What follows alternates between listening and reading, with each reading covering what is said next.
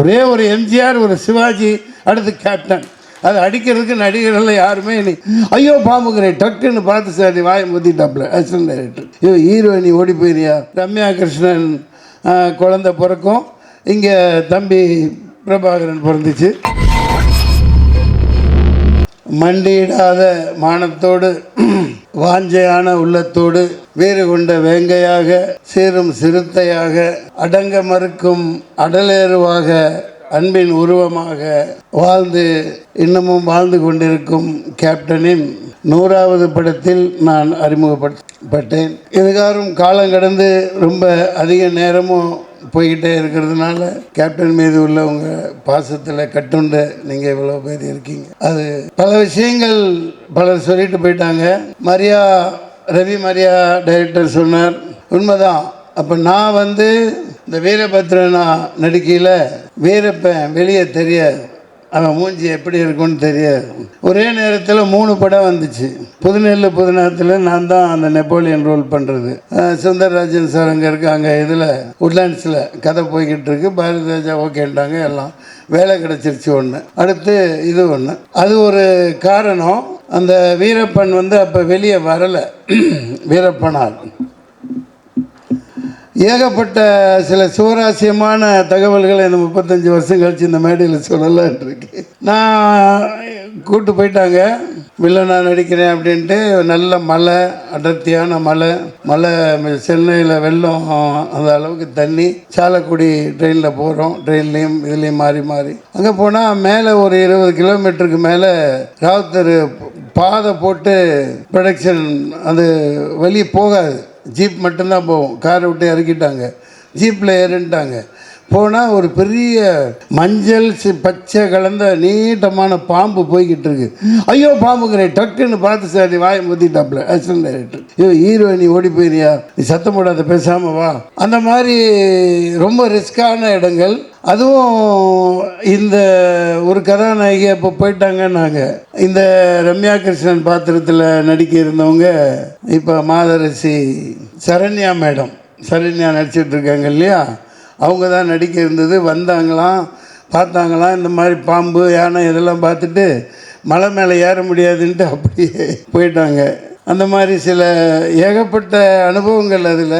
அப்புறம் அந்த நாட்கள் மறக்கவே முடியாது இன்னமும். அப்படி ஒரு மனோரம்யமான நாட்களாக இருந்தது, மறக்க முடியாத காலகட்டம். எப்படின்னா அது 60 குதிரைகள், 1000 ஜூனியர் ஆர்டிஸ்ட்டு, அங்கே லோக்கல் ஆளுகள்லாம் வச்சுக்கிட்டு பெரிய அளவுக்கு எடுத்துகிட்டு இருப்பாங்க.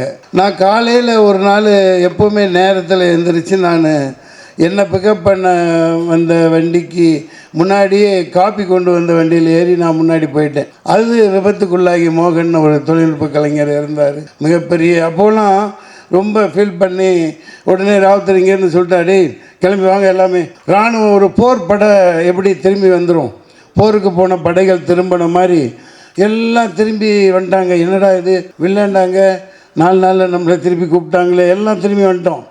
பயங்கரமான சோதனைகள். அதுக்கப்புறம் போகிறோம், மறுபடியும் எடுக்கிறோம். அப்புறம் இங்கே சுந்தரராஜன் சார், அவர் பயணித்த ஒரு வண்டி எல்லாம் அப்போ டீமாக இருந்தாங்க இவங்கெல்லாம். அது விபத்துக்குள்ளாகி வாகன ஓட்டுநர் எதை இறக்குறாங்க. அப்புறம் ஏதோ பண்ணி மிகப்பெரிய போராட்டங்களுக்கு அப்புறம் மறுபடியும் போய் அங்கே எடுத்தாங்க. சாதாரணமாக கஷ்டப்படலை. டைரக்டர் எப்படின்னா அவர் பாம்பு மாதிரி தான், எங்கே போவார், எவ்வளோ தூரம் போவார், இப்போ போய்கிட்டே இருப்பார். 10 கிலோமீட்டர் 5 கிலோமீட்டர் சரி அந்த லொக்கேஷன் பார்க்க நடந்து போய்கிட்டே இருப்பார். அப்படி ஒரு அந்த இதெல்லாம் கண்டுபிடிச்சி அப்புறம் அதெல்லாம் மறக்க முடியாது. நான் ரொம்ப என்ஜாய் பண்ணிகிட்ருப்பேன். அவங்க தானே கஷ்டப்படுறாங்க. காலையில் லென்ஸை மாட்டி விட்டுருவாங்க, கான்டாக்ட் லென்ஸு. 5 மணிக்கு இந்த சோத்ராஜன் இப்போ மாலை போட்டேன்னு எங்கே, அது பெரிய காமெடி பாருங்க. அப்போ எனக்கு ஒன்றும் தெரியாது இல்லையா, அதிகமாக ஆக்டிங் கோர்ஸ் பண்ணிட்டு வந்தாலும் இந்த ஸ்ப்ரே எல்லாம் இது பண்ணிவிட்டு ஏதோ பண்ணுவார் சீரியஸாகவே. அவங்க ஸ்ப்ரேக்கு அப்படி ஓ இது அப்படி தான் பண்ணும் போல். கேப்டனெல்லாம் என்னை பிடிச்சி முடியெல்லாம் வெட்டி விடுவார். பெருசாக வச்சுட்டு சுற்றணுன்னா நின்றுட அசிங்கமாக தெரியணுன்னே அப்படின்ட்டு. அப்புறம் பான் கேக்கெல்லாம் போட்டு ஸ்டிக்கெல்லாம் போட்டு அதெல்லாம் எனக்கு கிடைக்க முடியாத கிடைக்க இயலாத பாக்கியங்கள். அந்த மலை காட்டுக்குள்ளே எப்படி இருந்தாலும் நான் சாயந்தரம் அங்கே இங்கே, ஆனால் இந்த அப்புறம் செவ்வரேறி குதித்து இந்த விஜயீஸ்வரனை கூப்பிட்டு போயிடுவான். இந்த அங்கே நல்லா அது என்ன அந்த பீஃபு சுக்காவெல்லாம் பயங்கரமாக இருக்கும். அப்புறம் அந்த கப்பா கிழங்கு அதெல்லாம் பயங்கரமாக இருக்கும். கேப்டன் அவன் காலையில் போயிட்டுருக்குது, அவனை விட்டுறாதீங்கன்னா நாங்கள் எங்கே இருக்க 11 மணிக்கு தான் திரும்பி வர்றது. விஜயீஸ்வரன் நான் எங்கே போயிட்டார் அவர்? விஜயீஸ்வரன் கூடவே இருப்பார், பயங்கரமான மேக்கப்பாளன். அதெல்லாம் மறக்க முடியாத தருணங்கள். காலையில் சரத்குமார் போட்டிக்கு வந்துடுவார். அவர் பயங்கரமான மிஸ்டர் இந்தியாவில் மிஸ்டர் மெட்ராஸ்ன்னு நினைக்கிறேன். தண்டால் எடுக்க நீ நைட்டு போனால் இந்த மாதிரி நல்ல கிழங்குகளும் சாப்பிட்டு வந்தான்னு தெரிஞ்சவுடனே காலையில் அங்கே போட்டி நடக்கும் எக்ஸசைஸ் பண்ணையில். தண்டால் அவர் அனாயசமாக 100 எடுத்துருவார், என்னால் எடுக்க முடியாது. அந்த மாதிரிலாம் மறக்க முடியாத நினைவுகள். அதை விட பெரிய கொடுமை என்னென்னா, நம்ம துணை நடிகர்கள்லாம் பரவாயில்ல, அவர் டயட் சார் காலையில் லென்ஸை போட்டு விட்டு என்னென்னமோ சீன் எடுத்துக்கிட்டு இருப்பார். கடைசி 5 மணி ஆகும், எப்படா சூரியன் செட்டில் ஆகும் கையில் தான் டைலாக் வரும். 18 பக்கம் 20 பக்கம் டைலாக்கு. என்னடானா டைலாக் வரல, டைலாக் வரல. இவர் அண்ணன் லியாகத் அலி கான் சார் ஃப்ளைட்டில் அனுப்பிச்சி விடுவார். ஃப்ளைட்டில் கோயம்புத்தூருக்கு வந்து அங்கேருந்து அம்பாசிடர் காரில் பாலக்காடு வழியாக அங்கே சாலக்குடிக்கு டைலாக் வரும். அங்கே கிடக்குறான் ஓ அந்த ரேஞ்சுக்கு அதான் சொல்ல மாட்டார். பாப்பாரு ஏய் நீ பயப்படாது, இந்த 5 மணிக்கு சூரியன் செட் ஆகையில் 40 பேப்பரை வச்சுக்கிட்டு 20 பக்கம் டைலாக் பேச சொல்லுவார். அதுதான் பிரபாகரா உன் பொண்டாட்டியும் பிள்ளையும். அந்த டைலாக் தெரியும், அது ட்ரெய்லரில் வரல சரியா.